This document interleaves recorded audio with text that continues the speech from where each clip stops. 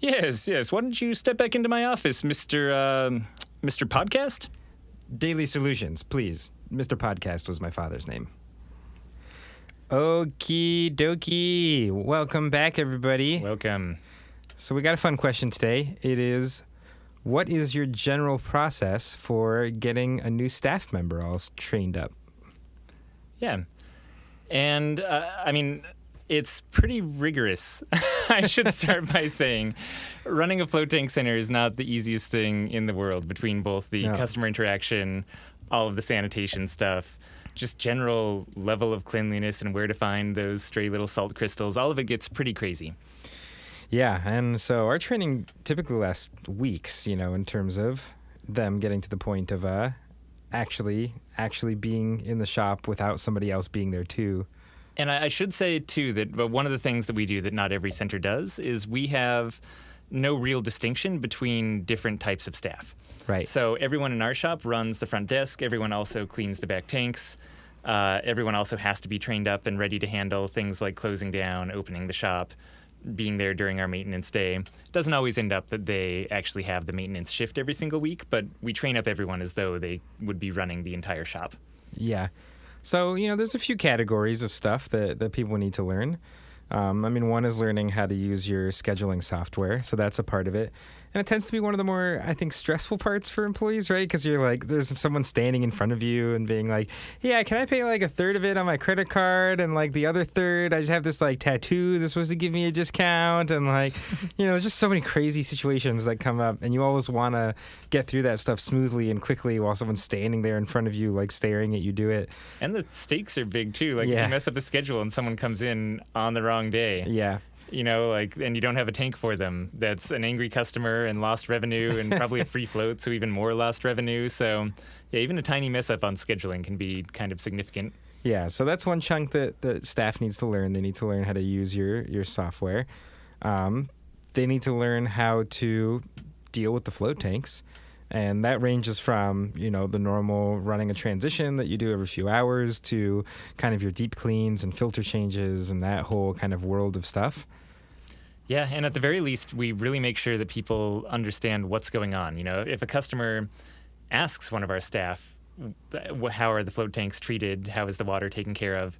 We don't want them stumbling over things. We want them to know exactly how we take care of the water and how many filter cycles that we run it through and everything like that. So in our mind, it's really important, not just for day-to-day operations, but there's this certain sense of float tanks are a really bizarre thing, and you're going to get all manner of bizarre questions asking you about the details of them. And it's important that your staff knows the answers to as many of those as possible, especially the basic ones. Yeah, and then I'd say the third category is customer service. Like in my mind, that's kind of like know how to run your scheduling software, know how to run your float tanks, know how to work with customers are kind of the big things that the topics that they got to figure out to run the shop. I have a whole dealing with Ashkahn day that I train people up on. I don't know if you knew that or not, but I'd say 4 big topics for being how to handle working under someone like Ashkahn. It's good. Iron fist. And then I guess the process, we one of the big things is that we don't just throw people off the deep end. Yep. So there's a lot of shadowing. In fact, when we first pull someone on, they don't even get to work shifts alone or really touch that much around them initially. Yeah, I can kind of break down our at least theoretical way of training people. We don't exactly always stick to this, but this is kind of the model that we try to stick to. And it's pretty good. We do pretty good at following it. But sometimes you hire someone for like a night shift or something, in our case, because we're open in the middle of the night, and it gets harder to follow this exact same course. But Mondays are our not training days. Mondays are our deep clean days, right? So those are the days that our shop is not open except in the mornings. So that's usually where we start someone out. They come in. They usually come to see the last transition, so they get a sense of that, and then they're there for our kind of Monday deep clean day, and we go through the basics with them, which is basically how do I do a transition. I should say that the goal in my mind is to get them to the point where they can not be there in addition to our current staff, but actually be working their shifts as fast as possible. So that requires the normal things, and it doesn't necessarily require things like filter changes and stuff like that. So ours is set up to kind of prioritize that material. How do you do transitions? How do you work the software? And how to do basic customer interaction stuff is kind of where we start. So starting there, like learning how to do transitions we do on that Monday, and then going over the basics of the software. And we have some like videos and stuff like that they can watch through. But at least for our software, that part's not too crazy. Like it's pretty intuitive and not that tricky. And the first shift beyond that, where our shop is open, we have them shadow one of our kind of managers in the shop. And that's something that I think is really nice. Like, to me, it's valuable to have someone being trained by, one of the most knowledgeable people there. Yeah. Right? That was a mistake that we made kind of early on too. Yeah. Or something that we at least didn't do as well. I'm not going to be too hard on our past selves or anything, but those guys. But it is right. So we used to start with a lot of, it's just kind of whatever staff happened to be around Right. and available during the scheduled time they were working. That was who would train them, and theoretically everyone knows how to do the job, so anyone's equally as able to train someone new up. But in practice, just like Ashkahn said, having someone who's actually experienced and the most experienced and really knows the ins and outs and can answer small questions and be sort of this definitive voice when uncertainty comes up has been really valuable. Yeah, so they spend 2 shifts that week just shadowing our managers. So they're going around, and the managers they're walking around is telling them why they're doing everything that they're doing. So they kind of actually learn the ins and outs of that. And then after that, they come in for another one of our deep clean days, and we get a little bit deeper into the kind of float sanitation maintenance-y side of things. That's where we do start talking about filters and training them on how to close down at night or open up in the morning, and kind of expanding the repertoire of what shifts they can cover. And the week after that, it's a lot of the same. They're kind of shadowing, and then we switch it halfway in that week to they're still there with the manager, and they're doing the work, and the manager is just following them around and saying like, oh, actually, that's not exactly how we fold towels at Float On, and kind of switching who's actually doing the work. And then it's usually the week after that I'll put up the life-size Ashkahn stand-up. And just sort of they pretend like Ashkahn's there lecturing them, and they sort of practice what's going to happen and what they're going to say, and that's one of the last steps. That's good. When I'm there, they're very attentive. They look like they've been trained. And, that's where we, at that point, like someone can pretty much run we have 2 people on staff at a given point in time. And during this whole training process, whenever this new person's there, there's 3 people. So there's, the manager, another person, and then this person. And so about this 3-week point is where they can start doing things by themselves. So them and another person, rather than having that third person on there. So this is the point where we stop kind of losing money to training, right?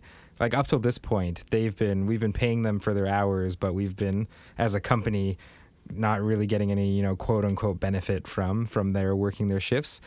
So, the pressure's off a little bit in terms of crazy, like get them up to speed as fast as possible at this point. And from here, we like to explore things deeper in kind of their float knowledge. So we'll have them read our about float tanks guide and make sure that they actually know about float tanks and the information behind them. And when a customer asks them a question, they know a little bit about the science and what they can say that has been, has some evidence behind it, and what they can't, and make sure we're not kind of spreading misinformation into the world. Yeah, we also, I guess other things we like to train them up with in that same realm. Some conference talks that are especially good for just getting their facts straight. We'll usually make a task for new hires to specifically go through Peter Sudfeld's talk from 2015? Yeah. I think it's the 2015 talk. It's where he really breaks down essentially what we can and can't say about float tanks, what's been studied in the float tanks, what's been studied in chamber rest. And that's an awesome primer for any of the staff going through, just to know what claims that they might have heard online or from someone else that aren't necessarily backed by science yet. Yeah. And then, I mean, the other part of this, I don't really know how to say this without this seeming like a shameless plug for our Helm software, but it really is just so fundamental to how our shop runs that I would feel remiss to not mention it. But we have task generators in our software that outline everything that needs to get done on a daily basis in our shop. And I think that makes life a lot easier for our new hires. They don't have to commit everything we're saying to them by memory. And this is, in fact, how we train them. We just make sure we go through our giant list of task generators, and we make sure they know how to do every one of them. And that's actually a really good vote of confidence that they will know what to do in your shop, because those things are popping up every day or sometimes once a week or sometimes once a month. But like, I feel pretty good knowing that could they, perform or complete every task generator that pops up, they would know pretty much everything they need to know to run our shop from a operational standpoint, so it's a really nice guide. And then they don't have to exactly remember what happens during opening, what happens during closing, what happens in the middle of the day. It's just popping up for them, and they just have to go through and kind of complete it. So that's definitely a big part of our operations and especially our training at our place. Yeah, and we have a living guide as well that's totally searchable. So again, whether or not you use something like task generators, definitely having protocols and everything that needs to be done in the shop written out very clearly and kind of per shift somewhere. Basically getting your documentation down before you hire people, I think, is really important. And likewise, same for having an actual, again, I use the term living guide because the second that someone tries to look something up in the guide and doesn't find it there, then it becomes our task or one of the manager's tasks to actually fill that in and make sure that next time someone hits a question, that the answer is there in our guide. So everything from really common customer questions, like how many turnovers do we do in a float tank, or cans, like what's the youngest that we can allow someone to float? All they need to do is type in age or young into our guide, and they'll pop up with a little article that has kind of our stance on that. And that goes all the way down to changing impellers and all sorts of more detailed activities that can kind of go in there. But the main point, I guess, along with tasks is this documentation and this knowledge base of occasionally very rarely accessed knowledge, but that's still available to new people as they're learning and bringing that on. Yeah, and then I guess the last part, the customer service part, this is probably going to be the part that differs the most from place to place. It really comes down to your kind of like philosophy on how you handle customer service.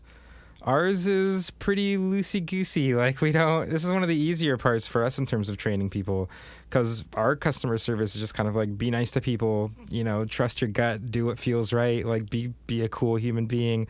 Like, we don't really have a lot of, strict policies on like, you can give a 15% discount to, that's like how much you're allowed to do or anything like that. We just kind of let people like be as cool to our customers as they can be. And that's kind of it. And so our training's almost more a lot of like untraining, right? Like, it's a lot of like trying to get people out of their current mindsets from their other jobs they've had in their life, where they have last corporate job that told you to just be assholes to all the customers. Yeah, right. And like, don't ignore that training. Do the exact opposite. In fact. Yeah. So that's much more what we have to do on that, and people pick that up pretty quickly. I think it's not the craziest thing in the world to be nice to somebody. Yep. And again, not to say that it doesn't require some oversight, making sure that things are going the way that you want them to, right? Like, if there's ever a time to, let me back up. If there's anything that's a very subjective part of the job, it's customer service and how you relate to people. And if there's ever a time to kind of deal with that ambiguity and set in place what you'd like to happen, rather than letting things go run their course and needing to correct them later, the beginning is totally the right time to do that. Like, hopping on whatever people's natural inclinations are and say like, oh, actually, we usually like to address customers a little more like this, or we usually like to go up within 30 seconds of when they sit down, just to make sure that they're feeling okay and aren't waiting for someone to talk to, or whatever kind of policies you decide to put in place for your own center. Right as people are coming on board, as they're kind of doing that first shadowing of the manager, that's a great time to set all of that in place. The wrong time to do it is 3 months later, when you're just checking in with someone and they've already got all these habits in place, and it suddenly becomes a big deal to reprogram them and reset those expectations. Yeah, definitely. Cool. Yeah, I mean, there's a lot to talk about there, but that feels like a decent kind of overview. Yeah, is there anything, I guess on the flip side, is there anything that we notice that goes wrong with our training, or if something does go wrong, how do we address that during our training process? Like if it looks like someone might not work out as they're kind of doing the shadowing, what happens? Well, we have like a kind of probation period at our shop where we hire people for the first few months, and I really try to emphasize when we hire people that it's as much for them as it is for us. So everyone kind of knows that those first few months are just experimental. It's like, hey, we're going to see if you kind of fit into our place and if we kind of like where things are going, but we want to know that you also feel like you like where things are going, because a lot of people have misconceptions about what it's like to work in a float center. Yeah. You come in, you think this is this place where you're just going to get to like chill and hang out on a couch all day long, and instead, like a minute later, you're scrubbing salt out from some crazy corner as fast as you can to get And a somebody minute later, in. you're scrubbing the exact same corner Yeah, to get right. it free of salt. So we want to be clear with people. It's like, hey, listen, like if you come in and like you start working here and like a few weeks in, this is not what you expected and this is not what you like tell us and you can leave, and like no hard feelings. Like we don't want you to stick with this because you feel like you have to or you've committed to something. Like we want, if you're not happy or fitting in here at the get-go, like that's just going to get worse. There's no way that's going to get better. So we try to make that really clear when we hire people. Yeah, and that kind of training period, or the, what do we call it? Probation period. Yeah, it just makes it sound so intense. It's really been useful in the past too, and honestly more so. We try to schedule also as many shifts with our new hires as with as many people on our staff as we possibly can, just so we have input from a lot of different people as they're coming on board. And oftentimes if they're not clicking or something's going wrong, it's not them misjudging the job. It's actually just they're probably not cut out for it and aren't going to work. We hear it from like 5 different sources. It's amazing the consistency in reports we get from our staff if someone is not working out. And it's really easy, even a week into this 3-week process of training, to kind of tap them on the shoulder and say like, hey, sorry, it's not going the direction we thought it would. Yeah. So, getting a lot of buy-in and a lot of input from the people who are actually on the ground and putting in the work with your hires is likewise, I think, a very important part of the process. And then just listening to that. And even if they seem like a really good person to you, if you're hearing from all of your staff they don't like working with this person, it's probably a good sign that they're not going to pan out. Cool. So, I mean, big question. There's a lot there. Hiring and training people is no small feat. Yeah, it's in fact usually cited as the single hardest part of not just running a float tank center, but any job, is finding, training, and keeping good people. So. Yeah, definitely. All right. Well, if you guys have other tricky questions you want to ask us here, you can always hop onto our website, floatanksolutions.com/podcast. Put your question in there. We will answer it on this show. If you're lucky. That's right. All right. Talk at you all tomorrow.